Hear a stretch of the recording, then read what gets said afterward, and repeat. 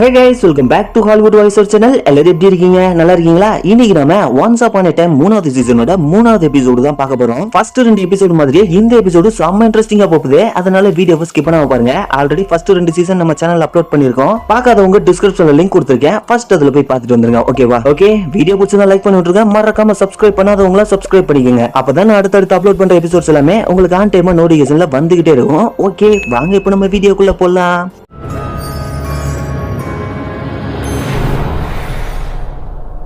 3வது எபிசோடோட ஸ்டார்டிங்ல நெவர்லாண்ட காமிக்கிறாங்க. அங்க எல்லாரும் காட்டுக்குள்ள நடந்து போறாங்க. இப்ப எம்மா அந்த மேப் எடுத்து பாக்குறா. இப்ப பீட்டர் பேனோட லொகேஷன் அவங்க கடந்து வந்த வழியில இருக்கு. உடனே ஹூக்கும் அவன் கேம்ப வேற வேற இடத்துக்கு மாத்திட்டு இருக்கான்னு சொல்றான். அவன் நம்மள ஏமாத்தி விளையாடிட்டு இருக்கான்னு சார்மிங் சொல்ல, இவன் இப்படி மாத்திக்கிட்டே இருந்தா நம்ம எப்படி ஹென்ரியை கண்டுபிடிக்கிறதுன்னு எம்மா கேக்குறா. இப்ப இந்த சைடு ஹென்றி படுத்து நல்லா தூங்கிட்டு இருக்கான். அப்ப பீட்டர் பேன் வந்து அவனை எழுந்துருன்னு சொல்லிட்டு அவங்க கிட்ட ஒரு ஆப்பிள தூக்கி போடுறான். எனக்கு ஆப்பிள் பிடிக்காதுன்னு அவன் சொல்ல, அது சாப்பிடறதுக்காக இல்ல, அது ஒரு கேம், இத நான் டார்கெட் பிராக்டிஸ்னு சொல்லுவேன்னு பீட்டர் பேன் சொல்றான். இப்ப அப்படியே கட் பண்ணா பேரலாண்ட காமிக்கிறாங்க. அங்க நீல் ரம்பிளோட கோட்டையில எதையோ தேடிக்கிட்டு இருக்கான். எதை தேடுறேன்னு முலன் கேட்க, நான் இப்ப எம்மா கிட்ட போகணும், அதுக்காக ஏதாவது கிடைக்குமான்னு தேடிட்டு இருக்கேன்னு நீல் சொல்றான். சரி ஓகே, இப்ப என்ன பிரச்சனைன்னு நீ சொன்னா நான் உனக்கு ஹெல்ப் பண்ணுவேன்னு ராபின் சொல்ல, ஹென்றி நெவர்லாண்ட்ல பீட்டர் பேன் கிட்ட மாட்டிக்கிட்டு இருக்கான். பீட்டர் பேன் நான் சந்திச்சதுல ரொம்ப மோசமானவன், நான் ஏற்கனவே நெவர்லாண்ட்ல இருந்திருக்கேன், அவன் ஒரு பையனை தேடிட்டு இருந்தான்னு சொல்றான். அந்த பையன் ஹென்ரியா தான் இருக்கணும் நீ நினைக்கிறியான்னு முலன் கேட்க, ஆமா அப்படித்தான் இருக்கணும், எம்மா நெவர்லாண்ட்ல இருக்கிறதுக்கு ஒரே காரணம் அதுவா தான் இருக்கணும்னு நீல் சொல்றான். எனக்கு உதவி பண்ணுங்க, போர்ட்டல் ஓபன் பண்ண ஏதாவது பீன்ஸ் மாதிரி பொருள் கிடைக்குதான்னு தேடுங்கன்னு சொல்றான். அப்ப நிறைய பேர் கதவு திறந்துகிட்டு உள்ள வராங்க. அவங்கள ஒரு குட்டி பையன் இருக்கான். அவன் வேகமா ஓடி வந்து ராபினை கட்டி பிடிச்சுக்கிறான். இது யாருன்னு நீல் கேட்க,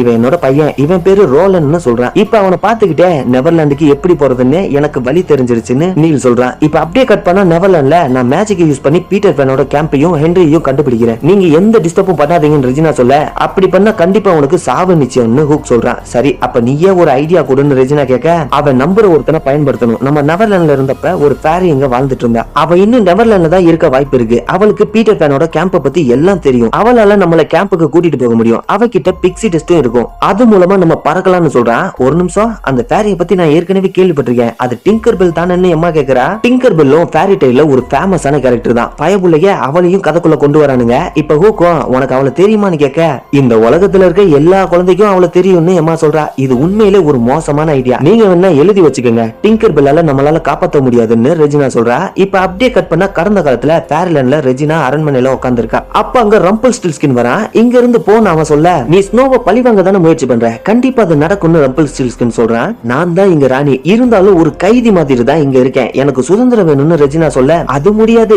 நடக்காதுன்னு ரம்பிள் சொல்றான். நீ ஒரு கேவலமானவன், உடனே இங்க இருந்து போன்னு ரெஜினா சொல்ல, ஒன்னால உன் விதியில இருந்து தப்பிக்க முடியாது, நம்ம நாளைக்கு பார்க்கலாம்னு சொல்லிட்டு அங்க இருந்து மறைஞ்சு போயிடுறான். இப்ப ரெஜினாவும் செம்ம கடுப்புல நேரா பால்கனிக்கு வந்து எனக்கு விடுதலை வேணும்னு சொல்லிக்கிட்டே பால்கனி கம்பிய தட்டிக்கிட்டு இருக்கா. அப்ப திடீர்னு அது உடஞ்சே இவளும் கீழே விழுந்துடுறா. அவ நேரா கீழே தரைக்கிட்ட போக, அப்ப திடீர்னு காத்துல பறக்க ஆரம்பிக்கிறா. அப்ப அங்க ஒரு ஃபேரி வருது. என்ன கீழே விடு, நீ இங்க என்ன பண்றன்னு ரெஜினா கேட்க, உனக்கு செகண்ட் சான்ஸ் தரேன்னு சொல்லிட்டு அவளை திருப்பி மேல பால்கனிக்கு அனுப்புறா. இப்ப அவளும் மேல வந்து மனுஷியா மாறிடுறா. நீ யாருன்னு அவ கேட்க, அவளும் நான் டிங்கர் பெல்லுன்னு சொல்றா. இப்ப ரெண்டு பேரும் ஒரு ரெஸ்டாரண்ட்டுக்கு போய் உட்கார்ந்து இருக்காங்க. ஸ்னோ ஒயிட் யாருன்னு கேட்க, அவ ஒரு மான்ஸ்டர், அவளுக்கு எல்லாரோட ரகசியத்தையும் வெளியே சொல்றதுதான் வேலை, அவளால என் லவர் செத்துட்டான், இப்ப நான் ஸ்னோவோட அப்பாவை கல்யாணம் பண்ணிக்கிட்டு ராணியா இருக்கேன், ஆனா நான் எதுக்குமே பிரயோஜனம் இல்லாதவளா இருக்கேன்னு ரெஜினா சொல்றா. என்னால உனக்கு உதவ முடியும், இப்ப உனக்கு இன்னொரு காதல் தேவை, அது உன் வாழ்க்கையை சந்தோஷமா மாத்தும், நான் ஒரு ஃபேரி, கண்டிப்பா எனக்கு உன்னால உதவி செய்ய முடியும், என்ன நம்புன்னு டிங்கர் பெல் சொல்றா. இப்ப அப்படியே கட் பண்ண நெவர்லாண்ட்ல எல்லாரும் காட்டுக்குள்ள நடந்து வராங்க. அப்ப ரெஜினா எம்மா கிட்ட, நமக்கு வேற ஒரு வழி இருக்குன்னு சொல்ல,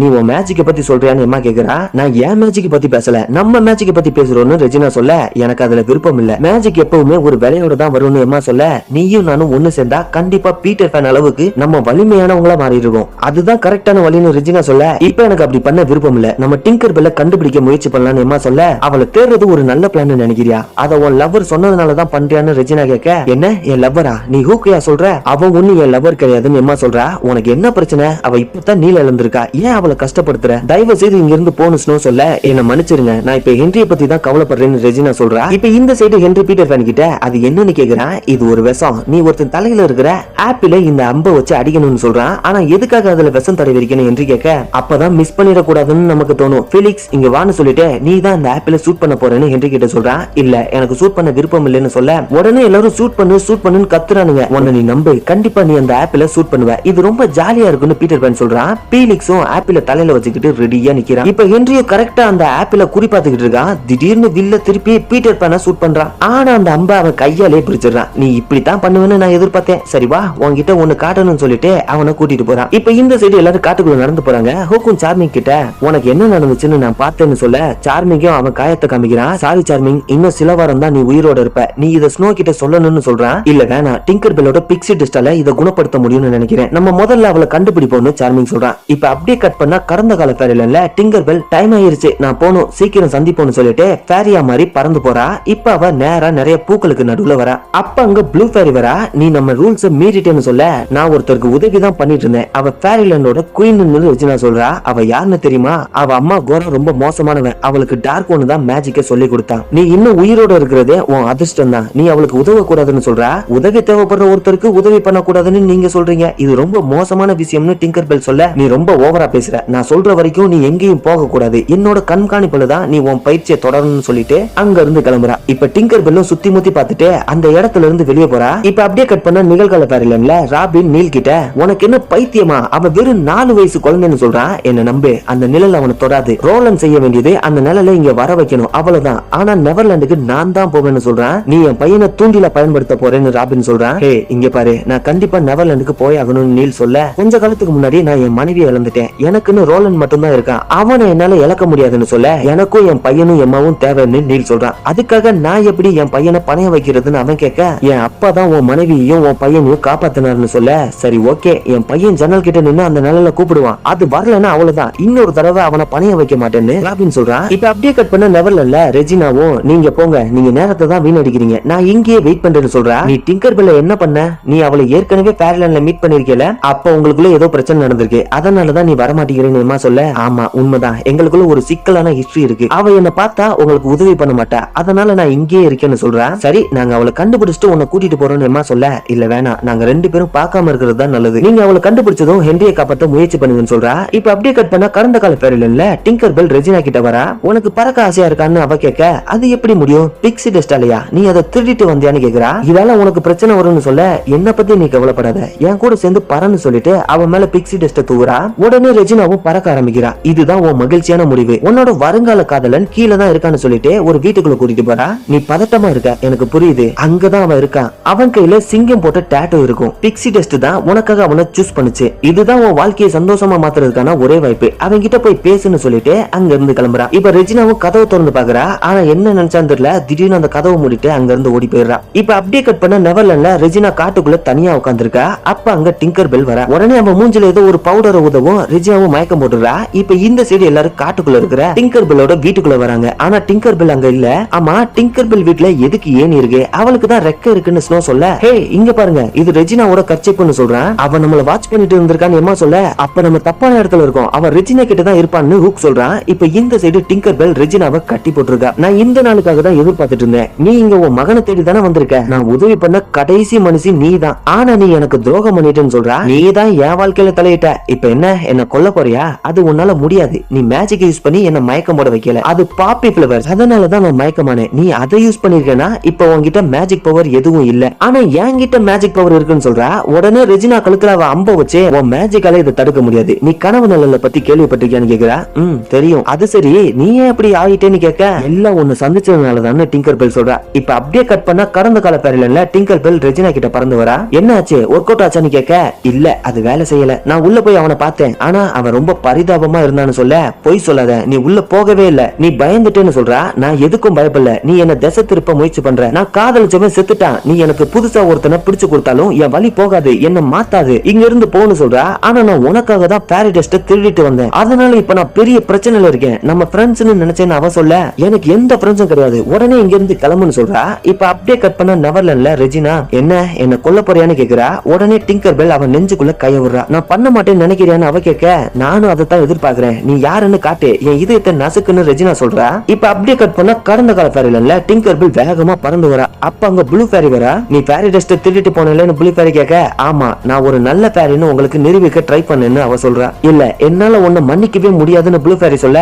இருங்க எல்லாருக்குமே செகண்ட் சான்ஸ்னு ஒண்ணு இருக்கும், நீங்க கண்டிப்பா எனக்கு செகண்ட் சான்ஸ் கொடுக்கணும்னு சொல்ல, இதுதான் உன்னோட செகண்ட் சான்ஸ், நீயும் அதை வீணாக்கிட்டேன்னு ப்ளூ ஃபேரி சொல்றா. ப்ளீஸ் என்ன மன்னிச்சிடுங்கன்னு டிங்கர் பெல் சொல்ல, நீ நம்பிக்கை துரோகம் பண்ணிருக்க, இனி என்னால உன்னை நம்ப முடியாதுன்னு ப்ளூ ஃபேரி சொல்றா. உடனே டிங்கர் பெல்லோட ரெக்க மறைஞ்சு கீழே விழுந்துடுறா. ப்ளூ ஃபேரியும் அங்க இருந்து பறந்து போயிடுறா. இப்ப அப்படியே கட் பண்ண நெவர்லாண்ட்ல டிங்கர் பெல் ரெஜினாவோட இதயத்தை வெளியே எடுத்து நடந்து போறா. உன் ரெக்க எங்கன்னு கேட்க அவளும் திரும்பி, நீ ஏன் போய் சொன்ன, நீ உள்ள போகவே இல்ல, ஏன் நீ அந்த கதவு வழியா போய் உன் புது துணியை சந்திக்கலன்னு அவ கேக்குறா. ஆமா நான் உள்ள போகல, எனக்கு பயமா இருந்துச்சு, அப்ப எனக்கு அது பெருசா தெரியல, எனக்குள்ள பயங்கரமான கோவம் மட்டும் தான் இருந்துச்சு, கோவம் இல்லனா நான் ரொம்ப பலவீனமா இருப்பேன்னு சொல்றா. சரி நான் உன் இதயத்தை கையில வச்சிருக்கேன், இத நசுக்கி உன்னை சாகடிக்காம இருக்கிறதுக்கு ஏதாவது ஒரு காரணம் சொல்லுன்னு அவ கேட்க, நான் பயந்துட்டே நினைக்கிறியா, நீ அதை நசுக்கு, நான் பழி வாங்கினேன் அதனாலதான் என் இதயம் டார்க்கா இருக்கு, நீயும் இப்ப பழி வாங்கணும்னு முடிவு பண்ணா உன் இதயமும் இப்படித்தான் மாறும், நீ என்ன வேணும்னாலும் பண்ணு, ஒன்னு என்ன கொல்லு இல்ல நீ ஒரு நல்ல பேரின்னு நிரூபி, நான் உன்ன ரொம்ப மோசமான பேரின்னு சொன்னேன், அது தப்புன்னு எனக்கு நிரூபி, கோவம் நம்மள அழிச்சிரும், அதனால நம்ம அன்பை தேர்ந்தெடுத்து என் மகனை கண்டுபிடிக்க உதவி பண்ணுன்னு சொல்றா. உன் மகனை உனக்கு ரொம்ப பிடிக்குமான்னு அவ கேட்க, அவன் தான் என்னோட உலகம்னு ரெஜினா சொல்றா. சரி நான் உன்னை கொல்ல மாட்டேன், ஆனா உனக்கு உதவியும் பண்ண மாட்டேன்னு சொல்லிட்டு அவள் இதயத்தை கொடுத்துட்டு அங்க இருந்து ஓடுறா. இப்ப இந்த சைடு பீட்டர் பேன் கென்றி கிட்ட, நாங்க உனக்காக ரொம்ப வருஷமா காத்துட்டு இருந்தோம், நீ பிறக்கிறதுக்கு முன்னாடியில இருந்தே மேஜிக் செத்துக்கிட்டு இருக்கு, நீ தான் அதை காப்பாத்தணும், உன்னாலதான் அதை மறுபடியும் கொண்டு வர முடியும், அதுதான் உன் விதி, நீ தான் ரட்சகர்னு சொல்றான். என் அம்மா தான் ரட்சகர், நான் இல்லைன்னு அவன் சொல்ல, ஆமா அவ சாபத்தை உடைச்சா, ஆனா நீ ஒரு முக்கியமான காரணத்துக்காக தான் பிறந்திருக்க, அது என்னன்னு கண்டுபிடிக்க என்னால உனக்கு உதவ முடியும்னு பீட்டர் பேன் சொல்றான். அப்ப நீ மேஜிக்கை காப்பாத்தணும்னு நினைக்கிறியான்னு என்று கேட்க, ஆமா இதை நான் ரொம்ப காலமா வச்சிருக்கேன், நீ தான் மேஜிக்கை காப்பாத்த போற ஹீரோன்னு சொல்லிக்கிட்டு அவன் கையில ஒரு சீட்டை கொடுக்குறான். ஆனா அவனும் அதை கீழே போட்டுட்டு நான் உன்னை நம்ப மாட்டேன்னு சொல்றான், நீ பண்றதை பார்த்தா உன் அப்பா தான் எனக்கு ஞாபகத்துக்கு வரான்னு சொல்லிட்டு அங்க இருந்து அவனும் கிளம்பிடுறான். இப்ப அப்படியே கட் பண்ண நிகழ்கால ஃபேரில, எனக்காக இதை பண்ண ஒத்துக்கிட்டதுக்கு நன்றின்னு நீல் சொல்றான். நீ உன் ஃபேமிலியோட சேர்ந்ததுக்கு அப்புறம் உன் நன்றியை சொல்லுன்னு ராபின் சொல்றான். இல்ல நான் அவங்களை காப்பாத்துவேன், ஆனா ஒன்னா சேர்ந்து இருக்க முடியாது, எனக்கு இன்னொரு வாய்ப்பு கிடைச்சா இனிமேல் நான் எந்த தப்புமே பண்ண மாட்டேன், அவ என்ன மன்னிப்பான்னு நம்புறேன்னு சொல்றான். அப்ப ஒருத்தன் ராபினோட பையனை தூக்கிக்கிட்டு உள்ள வரான். ராபினும் அவனை தூக்கிக்கிட்டு, நான் இங்கே தான் இருப்பேன், அது உன்னை காயப்படுத்தாது, நீ என்ன சொல்லணும்னு உனக்கு ஞாபகம் இருக்கான்னு கேட்க அவனும் இருக்குன்னு சொல்றான். உடனே எல்லாரும் போய் ஒளிஞ்சுக்கிறாங்க. இப்ப சொல்லு ரோலன்னு அவனும் சொல்ல, அவனும் நான் நம்புறேன்னு சொல்றான். இத சொன்னாதான் அந்த நிழல் அங்க வரும் போல, ஆனா அங்க எந்த நிழலும் வரல. இன்னொரு தடவை சொல்லுன்னு நீல் சொல்ல, இல்ல ஒரு தடவை தான் அவன் சொல்லுவான்னு சொன்னேன்ல இவன் சொல்றான். அப்ப திடீர்னு ஜன்னல் தானா ஓபன் ஆகுது, அந்த நிழலும் உள்ள வருது. உடனே ராபினா அவனை தூக்கிக்கிறான். இப்ப அந்த நிழல் ரோலன் கையை பிடிச்சி இழுக்குது. முழனும் கத்திய வச்சு அதோட கையை வெட்ட ட்ரை பண்றா. உடனே அந்த நிழலும் அங்க இருந்து வெளியே போகுது. நீலும் வேகமா ஓடி போய் தப்பி அதோட காலை பிடிச்சுக்கிறான். அதுவும் பறந்து போகுது.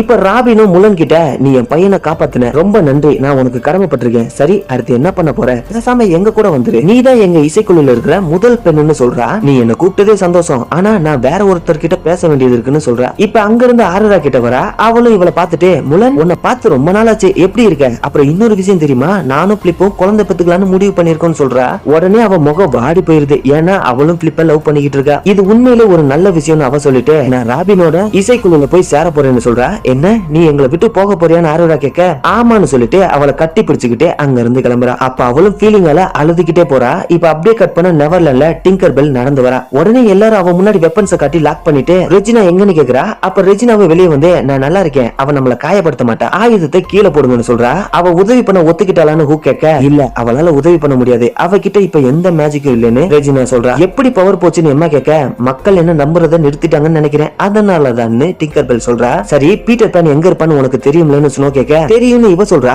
அவனோட கேம்புக்குள்ள எங்களை கூட்டிட்டு போக முடியுமான்னு எம்மா கேட்க, முடியும், ஆனா நான் ஏன் உங்களுக்கு உதவி பண்ணணும், அதனால எனக்கு என்ன லாபம், இது பீட்டர் பேனுக்கு தெரிஞ்சா பீட்டர் பேன் எனக்கு மரண தண்டனை தருவான்னு சொல்றா. அப்படி எல்லாம் நடக்காது, நீயும் எங்க கூட வரலாம், உனக்கு தேவை ஒரு வீடு, அதுக்கு தானே ஆசைப்படுறேன்னு ஸ்னோ சொல்ல, சரி கேளுங்க, பீட்டர் பேன் என்ன நம்புவான், என்ன உள்ள அனுமதிப்பான், நான் உள்ள போய் கதவை திறந்து விடுறேன், உங்களுக்கு ஒரே ஒரு வாய்ப்பு தான் இருக்கு, அதனால நல்ல பிளானா போடுங்கன்னு சொல்றா. அவங்களும் சரின்னு சொல்ல எல்லாரும் அங்க இருந்து கிளம்புறாங்க. ஆனா சார்மிங் மட்டும் யோசிச்சுக்கிட்டே நிக்கிறான். ஸ்னோவும் என்ன ஆச்சுன்னு கேட்க, அவளுக்கு ஒரு வீடு தான் தேவைன்னு உனக்கு எப்படி தெரியும்னு கேக்குறான். நான் தனியா சுத்திக்கிட்டு இருந்தப்ப எனக்கும் ஒரு வீடு கிடைச்சா நல்லா இருக்கும் தான் தோணுச்சு, அவளுக்கும் அப்படிதான் இருந்திருக்கும்னு யோசிச்சேன், சரி வா போலான்னு சொல்லிட்டு கிளம்புறா. இப்ப இந்த சைடு ஹென்றி அவன் தூக்கி போட்டு சீட் எடுத்து பாக்குறான். அதுல அவனோட போட்டோ தான் இருக்கு. இத பார்த்து அவனும் அப்படியே ஷாக் ஆகிடுறான். இப்ப இந்த சைடு நீல் நிழலோட காலை பிடிச்சுக்கிட்டே நெவர்லாண்டுக்கு வந்து சேர்ந்துட்டான். அப்ப பேனோட ஆள் ஒருத்த, உன்னை மறுபடியும் வரவேற்கிறேன் பெல்ஃபயர், உன்னை பேன் பார்த்தா ரொம்ப சந்தோஷப்படுவாருன்னு சொல்றான். இப்ப இந்த சைடு எல்லாரும் கேம்ப் ஃபயரை போட்டு உட்கார்ந்து இருக்கானுங்க. ரெஜினா மட்டும் தனியா உட்கார்ந்துருக்கா. இப்ப டிங்கர் பெல் அவகிட்ட வந்து, நீ மறுபடியும் எப்பயாவது அந்த சிங்கம் டட்டு போட்ட பையனை பார்த்தியான்னு கேக்குறா. அவளும் இல்லன்னு சொல்றா. நீ ரொம்ப செல்ஃபிஷ், நீ அவனை போய் பார்க்காததுனால அவனோட வாழ்க்கையும் அழிஞ்சிருக்கும்னு அவ சொல்றா. இப்ப இந்த சைடு முழன் ராபின் கூப் கிட்ட வந்துட்டா. அவனும் கையை பிடிச்சு அவளை வரவேற்கிறான். அப்ப அவனோட கைய பார்த்தா சிங்கம் படம் போட்ட டாட்டூ இருக்கு. அப்படியே 3வது எபிசோடையும் முடிக்கிறாங்க. ராபின் ஹுட் தான் பிக்ஸி டஸ்ட் ரெஜினாவுக்காக சூஸ் பண்ண லவர் போல. அடுத்து என்ன நடக்க போகுதுன்னு அடுத்தடுத்த எபிசோட்ல பார்க்கலாம். ஓகே, இந்த 3வது எபிசோட் உங்களுக்கு பிடிச்சிருக்குன்னு நினைக்கிறேன். பிடிச்சிருந்தா மறக்காம லைக் பண்ணி விட்டுருங்க. அண்ட் சப்ஸ்கிரைப் பண்ணாதவங்க சப்ஸ்கிரைப் பண்ணிக்கங்க. ஓகே, அடுத்த 4வது எபிசோட்ல பார்க்கலாம். அது வரைக்கும் தேங்க்ஸ் ஃபார் வாட்சிங் அண்ட் பை பை.